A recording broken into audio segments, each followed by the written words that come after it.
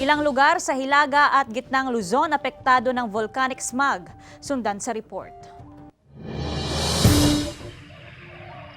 Sa cellphone video na ito, makikita na binalot ng volcanic smog o usok ng bulkan ang ilang lugar sa Infanta, Pangasinan. Alas 6 ng umaga, habang naggagatas ako, napansin ko na parang mausok sa labas. Kaya yun, lumabas ako at tiningnan ko kung talagang mausok. Very important na hindi po sila ma-expose sa mga ganito pong kondisyon. Kung ikaw po ay na-expose, nagpapakita po ito ng pagsakit ng ulo, yung difficulty of breathing. Naranasan din ng volcanic smog sa iba pang lugar sa Hilaga at gitnang Luzon. Ayon sa Pag-asa, ang volcanic smog ay dulot ng patuloy na pagbuga ng sulfur dioxide ng Taal Volcano.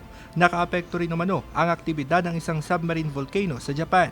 Yung hangin kasi nung galing southwest, so napupunta dito sa northern Luzon. So nakakaroon tayo ng epekto ng ng Taal Lake na po yun.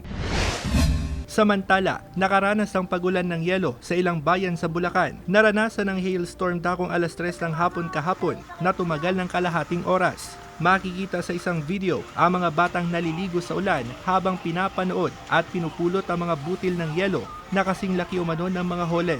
Samantala, may namatang 2 LPA ang Pag-asa sa loob at labas ng PAR na magpapalakas sa habagat.